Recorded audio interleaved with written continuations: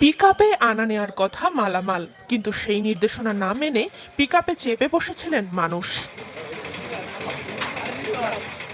আলফাডাঙ্গা থেকে 15 জন আসছিলেন ফরিদপুর সদরে। ঈদের ছুটি শেষে ঢাকায় কাজে যোগ দেওয়ার কথা ছিল তাদের, তাই সকাল সকাল নারী শিশুসহ পিকআপের আরোহী হয়েছিলেন তারা। ঠিকঠাকই আসছিলেন, কিন্তু কানাইপুর এলাকায় ঢাকা থেকে মাগুরাগামী উত্তরা ইউনিক পরিবহনের সাথে মুখোমুখি সংঘর্ষ হয় পিকআপটির।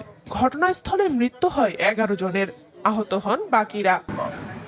আহত অবস্থায় পিকআপের চালক সহ 5 জনকে নেওয়া হয় ফরিদপুরের বঙ্গবন্ধু শেখ মুজিব মেডিকেল কলেজ হাসপাতালে। সেখানে চিকিৎসাধীন অবস্থায় মারা যান আরও 2 জন।